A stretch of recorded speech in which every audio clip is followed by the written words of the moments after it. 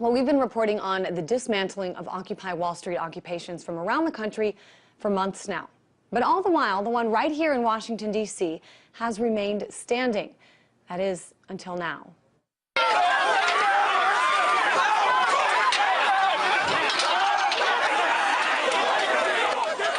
Over the weekend, police in Riot and hazmat gear showed up in McPherson Square and cleared many of the tents there in an effort to begin enforcing a long-standing no camping ban. This came nearly a week after issuing eviction notices to the occupiers there. The National Park Police had maintained a pretty good relationship with campers, both at McPherson Square and Freedom Plaza. Complaints about noise and rodents were prevalent, and early last week, Park Police said they'd be getting involved after more than 4 months of allowing the camp to stand. Now, as we said, this was one of the movement's last sites in the country. And we want to talk today about what's next for the movement and also hear a little bit more about what exactly happened over the weekend. And for that, I want to turn now to Occupy DC organizer Sam Jeweler. Sam, you were there. I guess just tell us a little bit about, and we should mention you've been there for the last 4 months. So kind of walk us through what went on, especially in the last 48 hours. So basically they showed up at 4:30 in the morning on Saturday with about 20 cops on horses. They had a helicopter flying overhead. They had about 50 more cops in riot gear. It was an excessively forceful way to address our dissent. And really how I see it is the government doesn't want to talk about these issues of inequality and the loss of the American dream. They just want to quiet it. They want us out of the park. They want us out of the public eye. And they really don't want to address these issues. So all day they were hitting people with batons, hitting people with their shields. We have one person who was arrested who has a fractured skull, fractured vertebrae, and a broken arm. And we have many more people who were hit over the head. And all we're trying to do is occupy a public park to bring attention to some really serious issues that almost everyone in this country is suffering from. Now, we've been showing pictures that one of our web team writers that works here at RT, that he shot over the weekend. But you were there. Talk a little bit about exactly, I mean, you said there were a few people hurt, but talk a little bit about sort of what was going through your head and what you were witnessing happen. I really have never felt so much personal pain and anger in my life. I mean, this is a community that we've built up over 4 months. Like, these people that you're seeing in these videos are like family to me. And it was just such a beautiful space, especially over the last week when people thought that we were going to be kicked out. A lot of more people were coming down to the park and getting involved.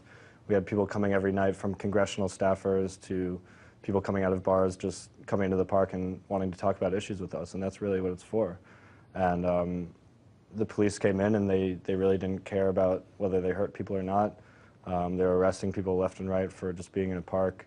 They were throwing away people's personal belongings, throwing away tents that they said would comply if they had no bedding in them.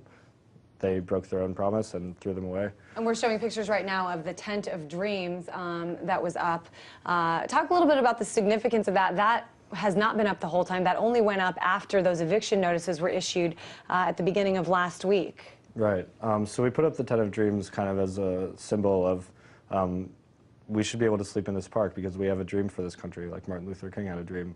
And it touches on the American dream, which is that if you work hard, you should be able to have success. But right now, social mobility, which is the measure of the American dream, is at an all-time low. People are working hard, they're going to college like they were told to do.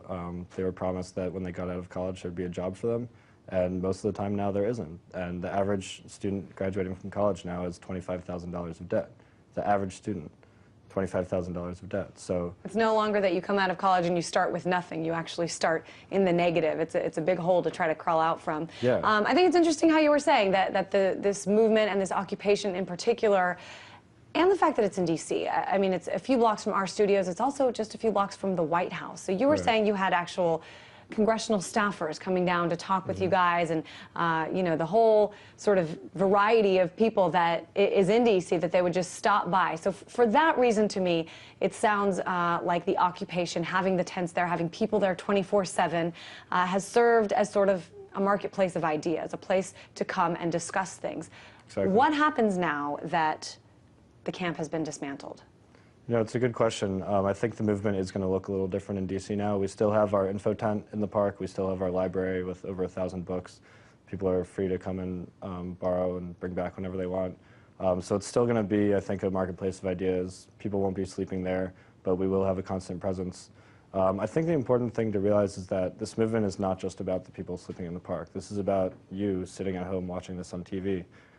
If you think government isn't serving you the way it should be, maybe the way it used to be, you're part of this movement too. So everyone has something to offer, and this movement has to be about more than just 100 people sleeping in a park, because everyone is having problems these days, and everyone needs to do something about it, even the smallest thing. Well, it seems to me, Sam, I mean, since you've been there over the last 4 months, you've said you've sort of built up friendships. And I've heard more and more, especially over the last few weeks, that the occupation aspect of this is just one strategy. It's not the only aspect of Occupy Wall Street. What have you guys talked about in terms of, I mean, you knew this day would come. It certainly came a lot later than most people thought it would here in D.C. But when you look at Oakland, today they're doing, you know, showing solidarity with those who have been arrested, marching to the courthouse. There's actions I know planned for New York. What is next in terms of an actual strategy to keep this movement alive now that the tent camp is not alive anymore? Right, I think it's going to be more of a dispersed strategy. People working with different groups around the city on different issues. So we have Occupy Our Homes, which is people helping to prevent foreclosures, because foreclosure is a huge problem in this country. Companies and banks making a profit off of kicking you out of your house. So that's a big thing that we are starting to work on, is helping people block their homes from being foreclosed. We also have general assemblies being organized around the city. So I think there's one being planned for Mount Pleasant soon, which will be people coming together who are from that community, who have grievances with the government, and they're going to get together and talk about what to do. So, just real quick, Sam, I mean, what do you say to those people who are looking at this, the critics of your movement, the critics of Occupy Wall Street, who say, finally, the last big one is down. We don't have to hear from these dirty hippie occupiers anymore. I mean, what do you say to those people? You're going to hear from us a lot more.